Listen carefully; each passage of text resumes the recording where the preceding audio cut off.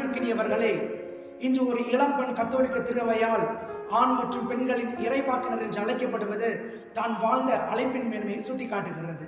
அவர்தான் லாஸ் ஏஞ்சல்ஸின் புனித இயேசுவின் தெரசால். திரு பெர்னாண்டஸ் மற்றும் திருமதி லூசியா அவர்களுக்கு 1900 ஜூலை 13ஆம் நாள் மகளாக பிறந்தார். சிறு வயதிலிருந்தே கடவுள் மீது அதிக அளவு அன்பும் இறைவனை ஏதாவது ஒரு வழியில் பற்றிக் கொள்ள வேண்டும் என்ற விருப்பத்தையும் கொண்டிருந்தவர் தான் இந்த ஒரு சிறிய பெண்மணி.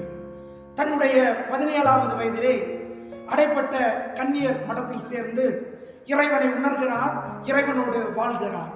தன்னுடைய 19வது வயதில் தன்னுடைய வாழ்வை இந்த உலகத்தில் முடித்து விடுகிறார். 1987ஆம் ஆண்டு புனித 2ஆம் ஜான் பால் அவர்களால் புனித பட்டம் கொடுக்கப்படுகிறது. இவரும் ஒரு சாதாரண மனிதர் தான் அல்லவா? இதற்காக இந்த கத்தோலிக்க திரு அவையானது இந்த புனிதையை இவ்வளவு பிரமாண்டமாக கொண்டாடி கொண்டிருக்கிறது என்ற கேள்வி ஒவ்வொரு மனிதனுக்கும் எழக்கூடும். அதுதான் அந்த புனிதை வாழ்ந்த வாழ்வு. தன்னுடைய சிறு வயதிலிருந்து இறைவனை கண்டுகொள்ள வேண்டும் என்ற விருப்பம். அவர்களுடைய வாழ்வு இன்று ஒவ்வொரு மனிதனையும் இறைவனை அடைய வேண்டும் என்ற வழியை சுட்டிக்காட்டுகிறது. ஆம் கிறிஸ்துவில் பிரியமானவர்களே, இன்று பெற்றோர்களாக இருக்கக்கூடிய நாம் நம்முடைய பிள்ளைகளை எவ்வாறு வளர்த்தெடுக்கிறோம்?